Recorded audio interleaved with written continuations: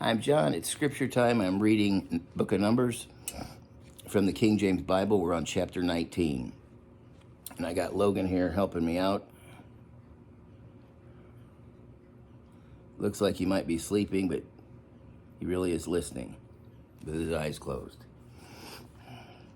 And the Lord spoke unto Moses and unto Aaron, saying, This is the ordinance of the law which the Lord hath commanded, saying, Speaking to the children of Israel, that they bring thee a red heifer without spot, wherein is no blemish, and upon which never came yoke.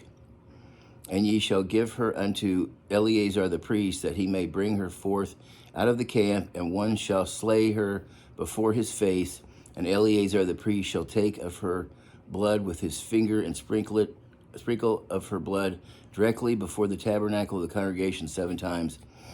And one shall burn the heifer in his sight, her skin and her flesh, and her blood with her dung shall he burn. And the priest shall take cedar wood and hyssop and scarlet, and cast it into the midst of the burning of the heifer. Then the priest shall wash his clothes, and shall bathe his flesh in water, and afterwards he shall come into the camp, and the priest shall be unclean until evening. And he that burneth her shall wash his clothes in water, and bathe his flesh in water, and shall be unclean until evening.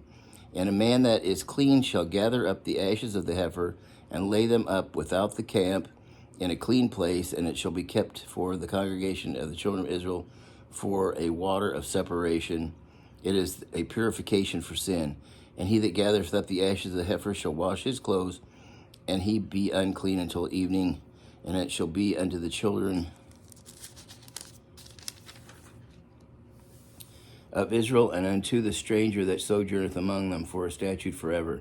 He that toucheth the dead body of any man shall be unclean 7 days.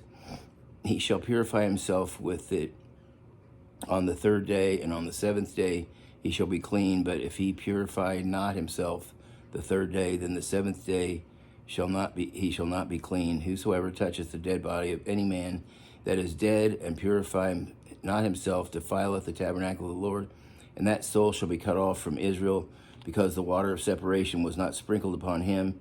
He shall be unclean, and his uncleanliness is yet upon him. This is the law when a man dieth in a tent. All that come into the tent, and all that is in the tent, shall be unclean 7 days.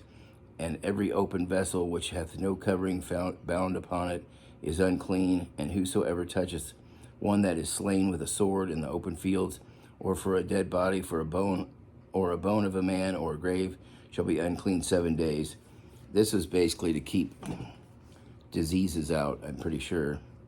And whosoever touches one that is slain with a sword, and for an unclean person they shall take of the ashes of the burnt heifer of purification for sin, and the running water shall be put therein into a vessel, and the clean person shall take a hyssop, and dip it in the water, and sprinkle it upon the tent, and upon the vessels, and upon the persons that were there, and upon him that touched a bone, or one slain, or one dead, or a grave. And the clean person shall sprinkle upon the unclean on the 3rd day, and on the 7th day, and on the 7th day, and on the 7th day. And on the 7th day he shall purify himself, and wash his clothes, and bathe himself in water, and shall be clean at evening.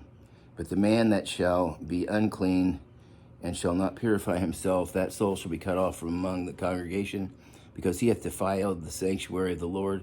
The water of separation hath not been sprinkled upon him.